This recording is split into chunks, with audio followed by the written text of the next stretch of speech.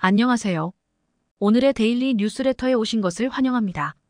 유럽의 긴장이 고조되는 상황에서 루마니아는 러시아와 우크라이나 간의 충돌에서 새로운 핫스팟이 될 위험에 직면하고 있습니다. 국경으로의 불안정이 확산되면서 이 나라는 긴급 상황에 놓여 자국과 국민을 보호하기 위해 방어 체계를 급속히 강화해야 합니다. 방어 능력을 강화하기 위한 경쟁 속에서 루마니아는 한국의 K9 썬더 자주포와 독일의 레오파르트 2 전차 중에서 선택을 해야 합니다. 이 두 가지는 모두 군사기술의 상징이지만 각각의 무기 유형에는 장단점이 있습니다. 레오파르트 2는 강력한 화력과 인상적인 방어력으로 알려져 있으며 우크라이나에서 광범위하게 배치되어 있습니다. 그러나 전투 상황에서 유지보수 문제와 불안정한 성능으로 인해 이 전차는 사용 및 유지 관리 과정이 복잡하고 비용이 많이 들어간다는 보고가 전쟁터에서 나왔습니다. 한편 한국의 K9 썬더 자주포는 전장에서의 유연한 이동 능력과 가혹한 조건에서의 높은 성능과 신뢰성으로 두드러집니다. 이로써 K9는 빠르고 효과적으로 배치할 수 있는 강력한 후보가 되었으며 특히 루마니아가 신속하고 효과적인 방어 체계를 필요로 할 때 그 가치를 더욱 높이고 있습니다. K9는 불과 몇 분 안에 포격을 시작할 수 있는 전술 기동성이 매우 뛰어난 화력 단위입니다.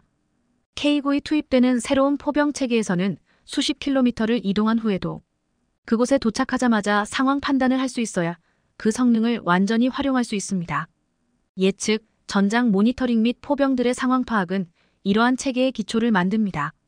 광범위한 전장에서도 작전을 디지털 방식으로 관리 장치와 공유하고 몇 분 안에 구현할 수 있어야 합니다.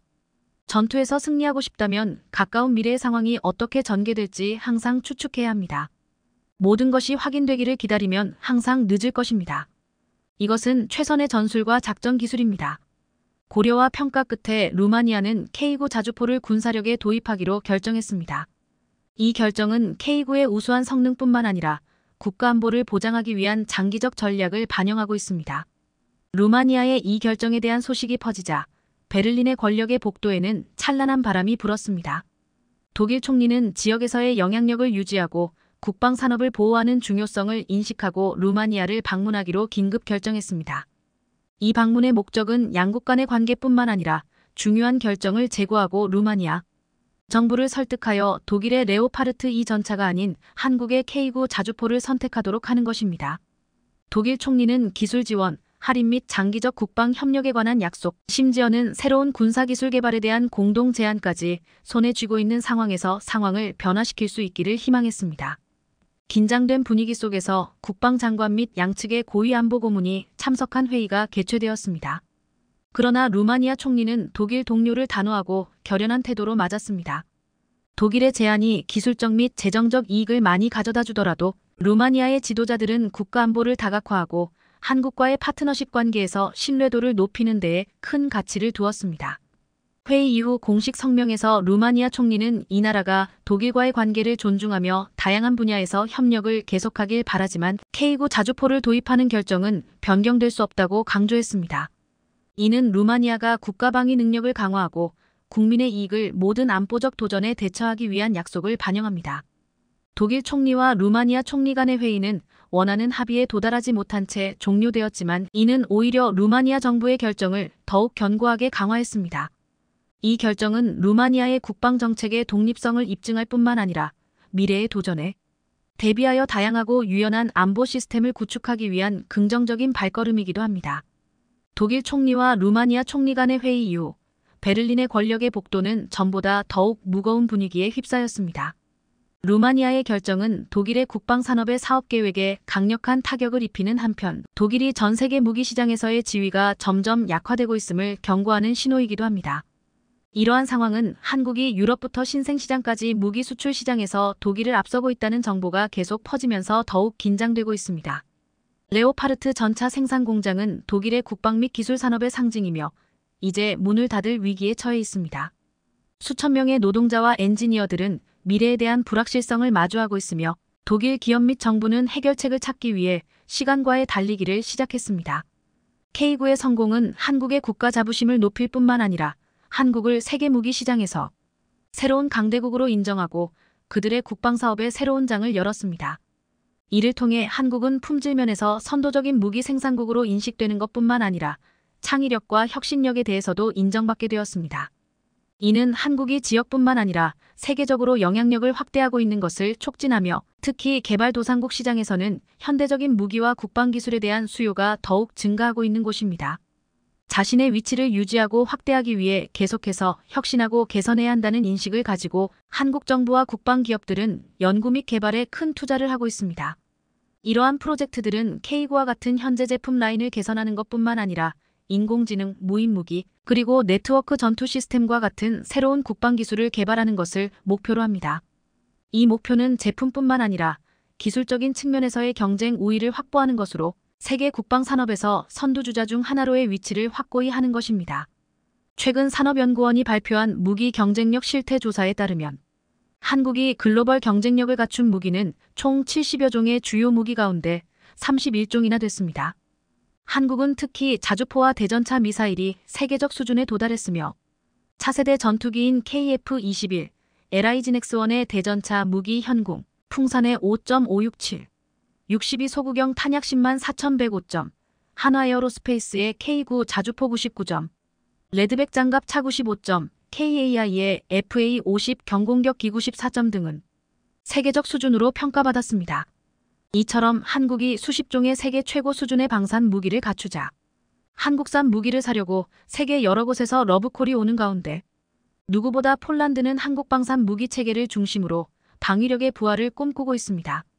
실제로 벨라루스 국경 지역에서 K 흑표 전차를 운용 중인 폴란드 육군은 성능에 대해 상당한 만족감을 표하고 있습니다. 그럴 수밖에 없는 게 K는 폴란드 현지에서 실시한 성능 평가에서부터 탁월한 퍼포먼스를 보여준 될성부른 떡잎이었습니다.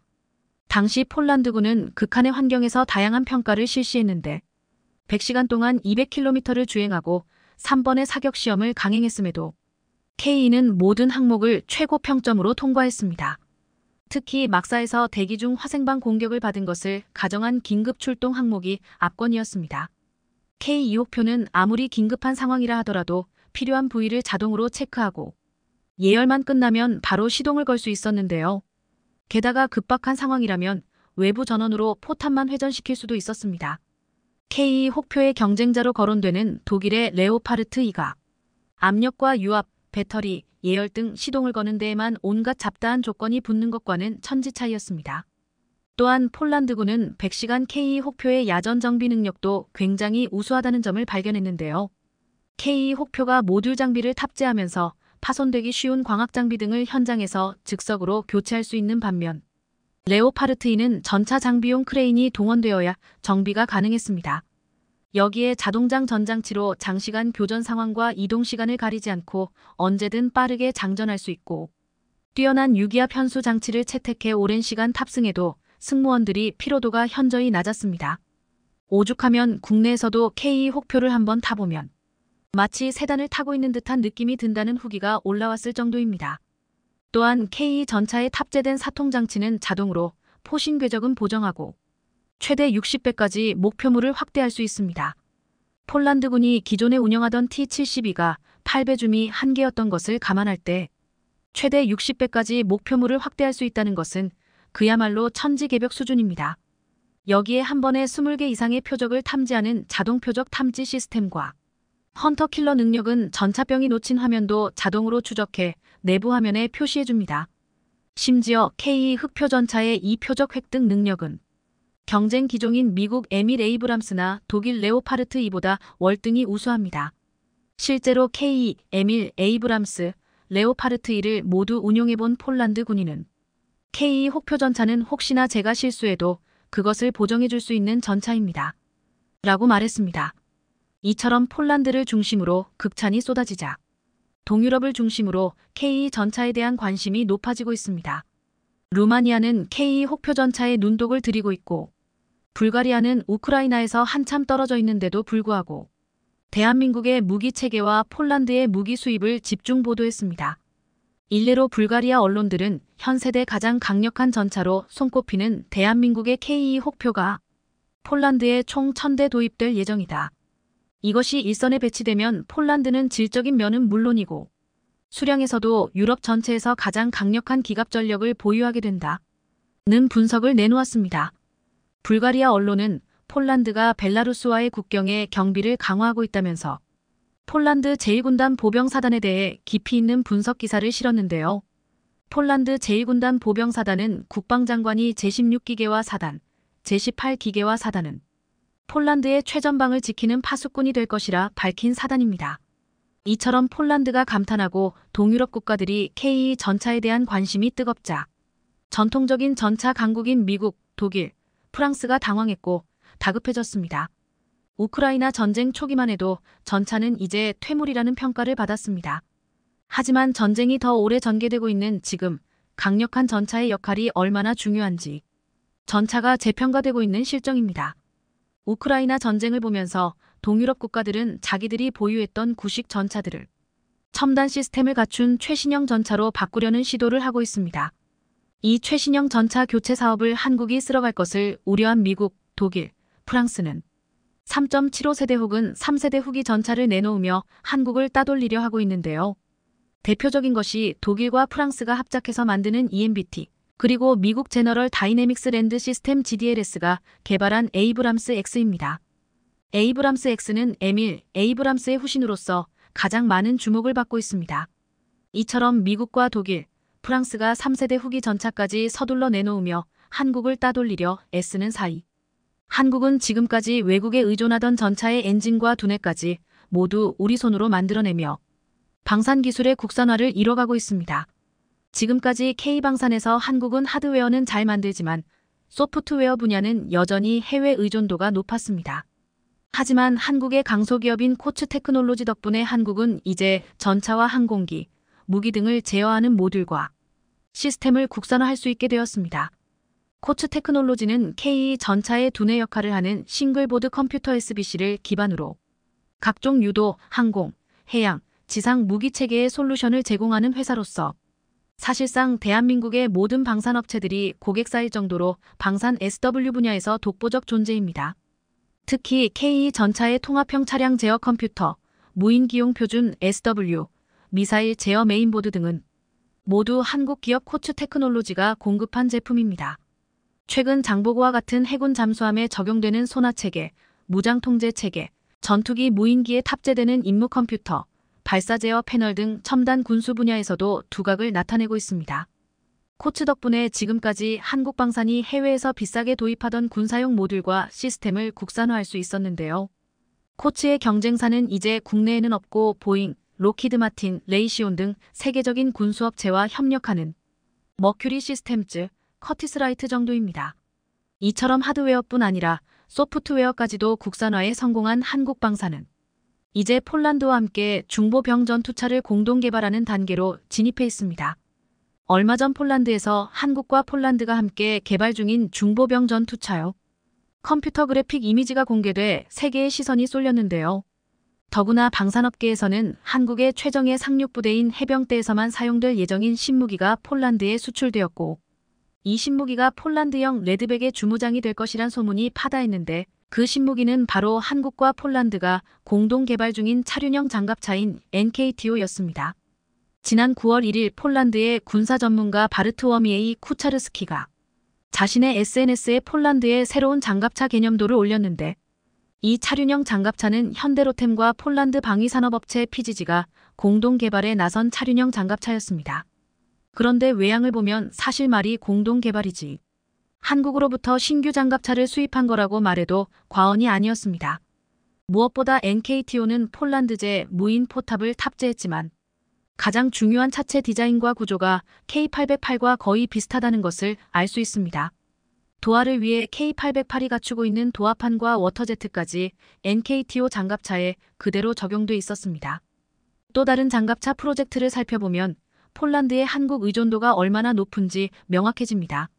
한화에어로스페이스와 공동으로 개발하는 중보병 전투 차량은 K9의 차량을 그대로 사용하고 레드백의 기술까지 도입하기로 계획되어 있습니다. 폴란드가 이렇게 한국의 방산 무기를 구매하며 공동 개발을 통해 폴란드 현지 생산을 원하는 이유는 한국 장비의 현지 생산이 본격화되면 폴란드는 독일 뺨치는 새로운 군수공장의 거점 기지를 확보하게 되기 때문입니다. 방산업계에 따르면 현재 폴란드는 한국과 개발하는 중장갑차에 40포탑을 올리길 원하고 있습니다. 따라서 한국은 폴란드형 중장갑차에 한국이 개발한 CTA4를 함께 수출할 계획인데요. 폴란드 군사 매체들은 폴란드형 중장갑차에 30부 시마스터 기관포가 장착될 예정이지만 주포를 40로 교체할 수 있다고 보도했습니다. 이 40주포 역시 한국에서 수입하는 것입니다. 현재 한국이 보유한 40포는 K-21 장갑차에 탑재한 40와 해병대의 차기 상륙 장갑차에 40CTA4가 있습니다. CTA4는 기존 탄 대비 30%나 최적이 줄어들었지만 성능은 그대로 유지되는 탄약으로 길이가 짧아 포의 장전 장치가 작동하는 구조를 단순화시킬 수 있어 장전 시간을 줄이고 발사 속도를 획기적으로 빠르게 할 수 있습니다. 이러한 장점들 덕분에 선진국에서도 연구 진행 중인 차세대 화기 시스템인데요. 현재 미국, 프랑스, 스웨덴 등에서 회전식 CTA4를 개발 중인데 한국은 이미 오래전 40주도로 CTA4 개발에 들어가 지난 2015년에 시제품 개발을 끝내두었습니다. 따라서 폴란드형 레드백에 탑재할 한국의 CTA4는 만에 하나 폴란드에서 장갑차 간 교전이 이뤄진다면 폴란드의 압도적 우위를 차지하게 해줄 전망입니다. 지금 한국의 40주포의 CTA4 탑재는 세계 여러 곳에서 관심을 보이고 있습니다. 우크라이나 전쟁에서 러시아가 쌓은 참호를 뚫기 위해서는 30포로는 어림도 없다는 게 드러났기 때문입니다. 러시아는 대반격의 표적이 될 가능성이 높은 지역을 중심으로 900여 km에 달하는 방어선을 쌓았고 이 엄청난 규모의 참호 덕분에 오랜 시간 방어선을 유지하고 있습니다. 우크라이나는 이를 뚫기 위해서 가진 노력을 했지만 30포로는 어림도 없었습니다. 따라서 화력을 2배 이상 강화시키고 다양한 탄종을 사용할 수 있는 40기관포의 효용성이 높아지고 있으며 40기관포에 쓰일 한국형 CTA4는 앞으로 장갑차 무장의 표준이 될 것으로 기대되고 있는데요. K-이흑표 전차의 중보병 전투 차량, 그리고 40CTA4까지 한국 방산은 이렇게 세계 방산 시장에서 경쟁자를 압도하는 방산 무기를 계속 늘려가고 있는 중입니다. 우크라이나에서 제블린 대전차 유도 미사일이 러시아군의 진격을 저지하는 저항의 상징으로 떠오르고 있습니다. 뿐만 아니라 성경 속 성녀 막달라 마리아가 제블린 미사일을 안고 있는 사진이 밈으로 만들어지며 SNS에서 공유되고 있는데요. 제블린이 우크라이나 수호 성녀로 등극한 모습입니다. 로이터 통신에 따르면 현재 러시아군은 우크라이나에서 예상 밖의 강한 저항에 막혀 진격에 어려움을 겪고 있는 것으로 확인됐습니다. 러시아군이 총공세를 펼쳤지만 우크라이나의 결사적인 저항에 부딪혀 주춤한 겁니다. 이런 우크라이나의 항전에 큰 힘을 보탠 건 미국에서 도입한 제블린 미사일로 제블린의 막강한 화력이 주목되고 있는 상황입니다. 그런데 이처럼 제블린이 재조명되고 있는 가운데 한국의 현공 대전차 미사일이 제블린을 뛰어넘는 성능을 보이고 있어 큰 관심을 받고 있다는데요. 오늘은 보병 지원 무기의 꽃, 대전차 화기에 대한 내용과 제블린, 현궁에 대해서 자세히 알아보겠습니다. 대전차 무기는 보병이 적의 주력 전차를 공격 방어하기 위해 운용되는 근접 대전차 전용 무기체계로 전차를 파괴하거나 무력화시키는데 사용될 수 있는 모든 무기들의 통칭인데요. 일반적으로 운용수단에 따라 보병이 운용하는 대전차화기와 박격포, 기갑에서 운용하는 전차, 포병의 지능포탄, 공병의 대전차 지뢰 및 각종 장애물 등으로 구분할 수 있습니다. 과거 625전쟁 시 북한군의 전차에 맞서 적절한 대응화기가 없었던 우리 군은 불과 몇십 년 만에 현재는 각종 첨단 대전차 무기로 무장돼 있는 상황입니다. 보병의 경우 중량별 제대에 따라 경 대전차 무기, 중 대전차 무기가 혼합 운용돼 왔으며 운용 사거리별로 단거리, 중거리 및 장거리용으로 구분돼 운용 중인데요. 우선 단거리 대전차 무기는 전차나 장갑차 등 기갑 장비를 파괴하는 임무 외에도 적의 벙커나 진지, 적이 매복해 있는 건물 등을 상대하는 임무를 수행합니다. 중거리 대전차 유도 무기는 보병 근접 전투 무기로 23명으로 구성된 대전차 공격조를 편성해 운용되며 제한된 공간 내 사격이 가능해 대전차 방어와 타격의 핵심 무기체계로 꼽힙니다. 아울러 장거리 대전차 유도 무기는 2km 이상의 사거리에서 적 전차를 파괴하거나 저지하기 위해 연대나 사단급에 편제된 대전차 무기로 차량이나 헬기에 탑재돼 운용되고 있습니다.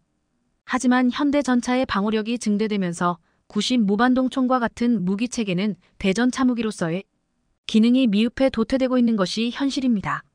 이와 달리 현재 중거리 대전차 무기 범주에서 운용되고 있는 대전차 유도 무기는 현재 우크라이나에서 맹활약을 펼치고 있는 FGM-148 제블린, 프랑스의 밀란, 이스라엘의 스파이크, 대한민국의 현궁이 대표적으로 손꼽히고 있습니다. 대한민국의 현궁 대전차 미사일은 이스라엘제 스파이크 대전차 미사일을 참고해 개발한 것으로 알려져 있는데요. 현궁은 3세대 대전차 미사일로 발사 시 직사모드와 전차에 매우 치명적인 탑어택 모드를 선택할 수 있으며 제블린처럼 대전차, 대엄폐호, 한정적 대헬기 능력이 있는 것으로 알려졌습니다. 이렇듯 다른 어떠한 무기보다 빠르고 다양한 발전을 보인 대전차 무기는 현대전에서도 크게 활약하고 있는 것으로 보이는데요. 실제로 최근 러시아와 우크라이나가 군사적 긴장 상태에 놓인 가운데 우크라이나가 제블린 대전차 미사일을 활용해 필사적으로 러시아 전차들을 상대하고 있습니다. 우크라이나군은 지난 2018년부터 미국으로부터 지원받은 제블린을 이용해 러시아 위협에 맞서고 있는 것으로 알려졌습니다. 미국이 나토 회원국도 아닌 우크라이나에 지금까지 제공한 군사원조 규모는 25억 달러에 달하는데요. 이 중 적지 않은 물량이 러시아 탱크와 장갑 차량을 파괴할 대전차 미사일인 제블린 FGM-148 미사일입니다. 실제로 미국은 2018년부터 지금까지 3차례에 걸쳐 약 390기의 제블린 미사일과 47기 이상의 발사기를 우크라이나에 판매했습니다. 제블린은 우크라이나가 자국 국경 너머에 집결한 약 1100대의 러시아 탱크에 타격을 가할 수 있는 대표적인 비대칭적 무기로 전차를 파괴하는 능력을 갖고 있습니다. 실제로 제블린은 발사 후 강한 후폭풍으로 위치가 발각되기 쉬운 다른 대전차 화기들과 달리 압축 공기로 쏴 일정 고도로 솟아오른 뒤 점화해 날아가기 때문에 이전부터 러시아 전차를 위협할 강력한 대응 무기로 꼽혔습니다. 장갑차와 탱크는 상당 부분이 취약점이기 때문에 제블린에 압도당할 수밖에 없는 겁니다. 미사일 한 발당 약 8만 달러가 나가는 비싼 가격이 문제지만 BBC에 따르면 미 국무부는 제블린 미사일을 포함해 3억 5천만 달러 규모의 무기를 추가 지원할 계획인 것으로 전해졌습니다. 이 같은 소식이 전해지자 러시아 탱크들은 제블린 때문에 모래주머니 철제 방어물을 포탑에 부랴부랴 설치했지만 그 효과는 알 수 없는데요. 그리고 최근 우크라이나군은 친러시아 반군 세력이 장악한 돈바스 인근 전선에서 제블린 발사를 했고 러시아의 낡은 탱크를 파괴하는 동영상을 SNS에 올리면서 러시아의 불안감을 키웠습니다. 제블린 미사일이 러시아 공격을 억제할 수 있다는 기대감을 증폭시킨 겁니다. 그런데 사실 한국의 현궁이 제블린보다 더 우위에 있다는데요. 우선 미 방산업체 레이시온과 로키드 마틴사가 공동 생산하는 제블린은 약 2.5km의 유효 사거리를 갖췄으며 현존하는 탱크는 모두 파괴할 수 있는 것으로 알려졌습니다. 제블린은 지난 1996년부터 미군에 실전 배치됐는데요. 발사기를 포함한 길이가 1.2m, 무게는 22.3kg의 대전차 미사일로 목표물을 조준해 발사하면 미사일이 알아서 타격하는 발사 후 망각 방식을 갖췄습니다. 보통 2인 1조로 운용되며 균질함 연장갑의 경우 60만 800를 뚫을 수 있고 150m까지 치솟았다가 탱크에서 가장 취약한 포탑의 윗부분을 수직 하강해 타격하거나 측면을 관통할 수 있습니다. 또 발사한 뒤에는 미사일이 적외선 자동 탐지 장치로 스스로 관역을 찾아갈 수 있습니다. 따라서 타깃에 명중하기까지 유무선으로 유도해야 하는 전 세대 대전차 미사일과는 달리 발사 후 보병이 신속히 이동할 수 있는 이른바 파이어 언드 퍼겟 미사일인 겁니다.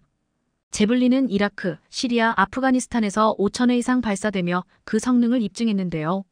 그런데 이런 제블린을 제치고 현존하는 세계 최고의 대전차 미사일로 꼽히는 대한민국의 현궁이 있습니다. 지난 2007년 ADD 주관하에 개발에 착수한 현궁은 2015년 개발을 완료해 이듬해부터 육군 전방부대와 서북도서 주둔 해병대에 배치됐습니다. 현궁은 기존 노후된 대전 차화기 대비 주야간 사격이 가능하고 유효 사거리, 관통력 등 성능이 뛰어난 것으로 알려졌습니다. 뿐만 아니라 개인 휴대 또는 소형 전술 차량에 탑재해 적 전차에 취약한 상부 혹은 정면 공격을 할 수 있습니다.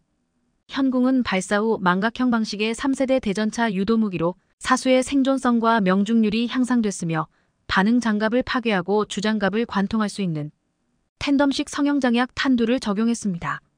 소형 고성능 전자광학 장비를 탑재한 것은 물론 지상 기동 표적 추적 기법 기술과 같은 최신 기술이 집약된 집합체인 것입니다.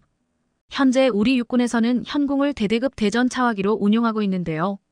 지상 발사 시 현궁의 사정거리는 약 2.53, 0km로 관통 성능은 약 900입니다.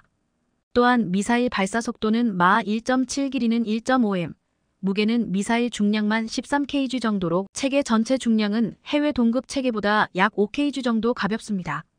뿐만 아니라 제블린처럼 대전차, 대엄폐호, 한정적대 헬기 능력을 갖추고 있는 것으로 알려졌습니다. 현궁은 지금까지 개발된 유사무기 체계인 제블린보다 소형화, 경량화되면서 운용이 쉬워진 것은 물론 유효 사거리, 관통력, 광학 성능, 탐지 추적 성능 등 모든 면에서 뛰어난 것으로 평가받고 있는데요. 즉 전 세계 대전차 유도무기 가운데 가장 뛰어난 것이 현궁인 겁니다. 실제로 현궁은 제블린보다 관통 성능이 100를 더 뚫을 수 있으며 몸값도 현궁은 한 대당 1억 원 정도로 2억 9천만 원인 제블린보다 매우 경제적으로 가격 경쟁력이 뛰어납니다. 또 제블린의 경우 적외선 CCD 냉각 소요 시간이 30초 걸리는 등 신속한 조준이 어렵지만 현궁은 비냉각식 적외선 CCD와 가시광선 카메라를 활용하기 때문에 제블린보다 빠른 조준과 발사가 가능합니다. 뿐만 아니라 현궁은 탑어택, 다이렉트 어택이 다 가능한 것으로 알려졌는데요. 탑어택의 경우 전차의 취약 부위인 상부를 타격하기에 정면에서 쏘든 후면에서 쏘든 격파를 보장합니다. 현궁은 대전차 미사일계 후발주자로 뛰어들었지만 자세히 들여다보면 제블린과 비교할 수 없을 정도로 성능이 더 우위에 있는 것이 분명해 보입니다. 제자가 스승보다 뛰어나다는 청출어람이라는 사자성어는 현궁을 두고 하는 말이 틀림없습니다. 빛의 화살이라고 불리는 현궁, 전차의 심장을 공격하는 궁극의 보병 필살기로서 최근 국내 조선업체들이 방위사업청과 함께 최근 미국 현지의 군함 제조사를 방문해 그 배경에 관심이 쏠리고 있습니다. 미 해군 함정의 건조와 수리에 한국 조선사들이 참여할 수 있을 거란 관측이 제기되면서 한국방산이 미 함정 사업에 참여할 가능성이 높아지고 있기 때문인데요. 17일 방사청에 따르면 방사청과 조선업체 대표단이 지난 1315일 미국의 조선소 및 함정 획득 관련 기관을 찾아 현지 시설을 둘러본 것으로 알려졌습니다. 이번 현장 방문은 함정 사업 분야의 대미 협력 및 수출 지원 활동의 일환으로 이루어졌는데 국내 조선업체 중에서는 HD 현대중공업과 HJ중공업, SK오션플랜트, 한화오션 등 4개사가 함께했습니다. 방사청 관계자에 따르면 작년 1월부터 2번에 걸쳐 진행한 한미 함정 사업 분야 교류 협력 회의에서 우리 업체들의 현장 방문이 처음 논의된 것으로 알려졌습니다. 이후 올해 9월 미 해군 해상체계사령부 NAVSEA에서 정식으로 우리를 초청했고 이번에 방문하게 된 겁니다. NAVSEA는 미 해군이 필요로 하는 함선 및 전투체계 획득을 위해 연구개발과 함선 건조 등의 임무를 수행하는 곳으로 이번에 우리 조선업체 대표단은 NAVSEA에서 미 해군의 함정사업 담당자들과 사업 참여를 위한 협력 방안을 논의했습니다. 여기에 더해 우리 방산 대표단은 미 함정 획득 기관인 NAVSEA와 함께 헌팅턴 잉걸스, 오스탈, 지디나스코, 노퍽 해군 조선소 등 미국 조선소를 찾아 현지 분위기를 살펴봤습니다. 방산업계에 따르면 헌팅턴 잉걸스와 오스탈은 미 해군의 알레이버크급 구축함과 인디펜던스급 연안 전투함을 건조한 조선소이며 지디나스코와 노퍽 조선소는 함정 수리 및 정비를 전담하고 있는 것으로 알려졌습니다. 현재 조선업계에선 국내 조선사들이 미국 내 생산 거점을 인수하는 방식으로 미 해군 사업에 참여할 가능성을 점치고 있습니다. 한화오션의 경우 미 방산시장 진출을 위해 필라델피아에 있는 필리 조선소 인수를 검토하고 있는 중으로 이번에 NAVSEA와 함께 미 조선소를 잇따라 방문한 것과 이와 무관치 않다는 해석입니다. 실제로 우리 방산업계 관계자도 국내 조선소들이 미국 조선업체를 인수해 북미 방산시장에 본격 진출하려는 계획을 세우고 있다고 귀띔하기도 했습니다. 이렇듯 국내 조선업체는 미 해군 함정수리사업, 신조함정 건조사업 등 다양한 사업에 걸쳐 미국 시장에 출사표를 던지고 있는데요. 오늘은 미 해군이 한국에 공식적으로 SOS를 친 이유가 무엇인지, 미 해군 사업에서 한국이 선택될 수밖에 없는 이유에 대해 자세히 알아보겠습니다. 미국은 20세기 초 당시 루스벨트 대통령의 대백색 함대 계획에 따라 대규모 해군을 건설하기 시작했는데요. 이때부터 성장한 미국의 조선 산업 인프라는 2차 세계대전 때 군함과 상선을 찍어내듯 생산하면서 독일과 일본을 압도하는 데 결정적 역할을 했습니다. 실제로 전후에도 미국은 다른 나라가 흉내낼 수 없는 초대형 항공모함을 비롯해 첨단 수상 전투함과 잠수함을 연이어 건조하며 위력을 과시했습니다. 그런데 이렇게 영원할 것 같던 미 조선업의 영광은 일본과 유럽의 급격한 성장으로 빛이 발하기 시작하는 등 세계 1등을 유지하는 미국도 자국 조선업 자체가 사양길에 접어들자 건함 능력이 쪼그라들었습니다. 특히나 높은 인건비와 열악한 설비로 인해 미 조선소는 경쟁국보다 비용이 23배나 비싸고 납기는 늦는 단점이 나타났고 주요 선사는 선박 발주처를 미국에서 한국을 비롯해 다른 나라로 돌리기 시작했습니다. 상황이 이러자 2000년대 초반부터 미국의 조선사들은 자국 해군과 해안경비대가 발주하는 특수선 사업으로 먹고 사는 신세로 전락하기에 이르렀습니다.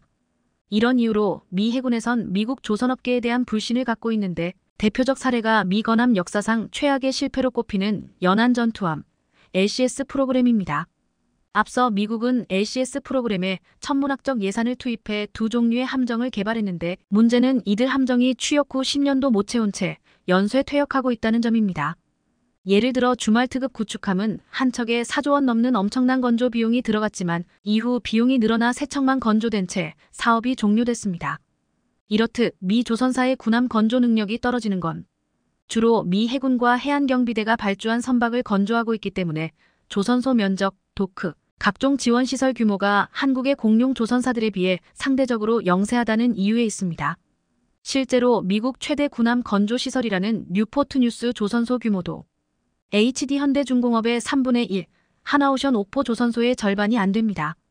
상황 이러자 포브스는 2021년 특집을 통해 자국 조선업의 심각한 상황을 분석하면서 중국과 해양 정책에서 갈등을 빚고 있는 것에 대해서도 우려의 목소리를 냈는데요. 미국은 전 지구를 작전 지역으로 삼는 대양 해군을 보유하고 있지만 군함수와 생산 능력이 중국에 비해 부족해 이를 보완해야 한다는 겁니다. 미 해군정보국의 자료에 따르면 중국 해군이 군함 340척가량 보유하고 있는 반면 미 해군은 300척이 안 되는 것으로 추산됩니다. 현재 미국의 방산 전문가들은 미 조선소에서 한 척이 건조될 시간에 중국에서는 세 척이 만들어진다고 보고 있는데 전투함을 마치 복붙하듯 대량으로 찍어내는 중국의 속도를 미국이 따라가지 못하고 있는 실정인 겁니다. 그런데 사실 중국의 군함이 양적으로는 늘고 있으나 중국 기술력 특성상 실속이 없다고 볼 수 있는데요. 실제로 아직까진 미국이 핵추진 항공모함이나 핵추진 잠수함 숫자가 더 많으며 기술력 또한 중국이 따라잡을 수 없는 상황입니다. 하지만 중국이 무조건 머릿수로 밀어붙일 가능성을 대비해 미국 역시 만반의 준비를 해야 할 필요성도 있습니다. 이런 이유로 최근 미국은 한국에서 가능성을 엿보며 플랜 B를 준비하고 있는데 한국은 이때를 놓치지 않고 세계 1위의 우리 조선업의 능력을 발휘할 차례로 보입니다. 게다가 이번 기회를 통해 미국에게 역제안을 할 수도 있는데 예컨대 한국이 원자력 잠수함을 확보할 절호의 기회를 만들 수도 있는 상황입니다. 이런 가운데 최근 미국 여론조사 기관인 리얼 클리어 디펜스는 미 국방부가 중국의 군사력 증강에 맞서 해전에서 우위를 점하려면 한국과 일본에서 건조한 군함을 사들여야 한다고 강력히 주장했는데요. 그러나 한국의 조선업이 일본보다 훨씬 더 뛰어나기 때문에 한국에게 군함 건조 물량을 모두 다 맡길 가능성이 큽니다. 이런 이유로 앞서 2월 미 해군 군함 조달 사업 수장이 우리 조선소를 극비 방문해 선박 건조 분야의 최신 공정과 첨단 기술을 직접 눈으로 확인하고 기술력을 극찬했던 것으로 보이는데요. 미 해군 함정 프로그램 총괄 책임자인 미 해군의 PEO-10를 이끌고 있는 토마스 앤더슨 해군 소장 일행은 현대중공업, 대우조선해양, HJ중공업을 찾아 생산 공정과 제품을 둘러봤었습니다. 미 국방부의 가장 큰 인수 조직 중 하나인 PEO-10가 구축함 및 수륙 양용함 등 수상함에 대한 개발과 조달을 맡고 있는 만큼 미방산 수출에 물꼬를 튼 게 아니냐는 관측이 나왔었습니다. 당시 앤더슨 제독은 우리는 세계적 수준의 조선 성능을 추구한다며 제품과 프로세스에 대해 교육해준 조선소에 감사드리고 후속 계약을 기대한다고 말하는 등 분위기를 먼저 띄웠습니다. 그래서 한국 조선소들은 세계 최대 시장인 북미 시장 진출에 염두를 두고 본격적으로 수출 기반을 닦고 있는 중인데요. 방산업계에 따르면 지난달 하나오션은 필라델피아 소재 필리조선소 인수를 추진하기 위해 실사단을 파견했습니다. 하나 측은 이번 실사단 파견 이전부터 인수를 위한 사전 조율을 진행해온 것으로 전해졌는데 미국 방산 조선 사업 진출을 위한 포석으로 보입니다. 이는 미 정부가 자국에서 일정 수준 이상 건조된 선박에만 운송 권한을 주기 때문인데 인수가 마무리되면 국내 기업이 처음으로 인수하는 미국 조선소로 기록될 전망입니다. 여기에 더해 최근 HD 한국 조선해양도 미국 해군 함정 사업을 위해 북미 조선소 인수나 지분 투자 등을 검토하고 있다고 공식적으로 밝혔는데요. 가사면 HD한국 조선해양은 국내 언론과의 인터뷰에서 북미 조선소 인수에 대해 모든 가능성을 열어두고 있다며 기본적으로 다 살펴보고 있는 중이라고 말했습니다. 방산업계에 따르면 HD한국 조선해양은 최근 미 오스탈 조선소 현지에서 관계자들을 만나 인수에 대한 초기 논의도 진행한 것으로 알려지는 등 여러 가지 상황을 준비 중인 것으로 보입니다. 그런데 사실 한국의 경우 미국뿐 아니라 캐나다 등 북미 시장이 크게 열려 있어 향후 미래가 매우 밝은데요. 얼마 전 CNN에서 세계 최고의 군함은 미국산이 아니라 한국산이다라고 특집 기사를 내보낼 정도로 전 세계 방산업계에서 이미 우리 실력이 충분히 입증됐기 때문입니다. 실제로 CNN은 우리 해군의 첫 이지스함인 세종대왕함을 세계 최고 함정 중 하나로 꼽았는데 가장 높은 사양과 저렴한 해군 하드웨어를 구축하고 있다고 평가했습니다. 이런 가운데 최근 미국뿐 아니라 캐나다도 우리 함정 건조 능력에 관심을 갖고 있는 것으로 알려지면서 수주 결실이 맺어질지 관심이 집중되고 있는데요. 앞서 5월 캐나다 연방조달청과 해군 관계자들은 HD 현대중공업 및 하나오션 조선소 해군 잠수함 사령부를 찾아 3000T급 도산한 창호함급 잠수함과 건조시설을 직접 둘러보며 적극적인 관심을 표명했습니다. 현재 캐나다는 변화한 안보 환경에 대응하기 위해 812척의 신형 잠수함을 도입해 구형 잠수함을 교체하는 차기 잠수함 사업을 추진 중인데 규모만 58조 원에 달합니다. 캐나다 잠수함 사업에선 우리 도산 창호함급과 일본 다이게이급이 유력한 후보로 거론되고 있지만 여러 가지 상황을 볼 때 한국이 승리를 따놓았다고 할 만큼 수주 가능성이 큽니다. 국내 조선업체들은 지난 1987년 뉴질랜드에 군수 지원함을 처음 인도한 이래 36년 동안 11국에서 무려 24척의 해외 함정을 수주했는데요. 이제 우리 손으로 직접 만든 잠수함이 대서양, 태평양을 호위하는 가슴 벅차게 하는 일들만 남은 것 같습니다.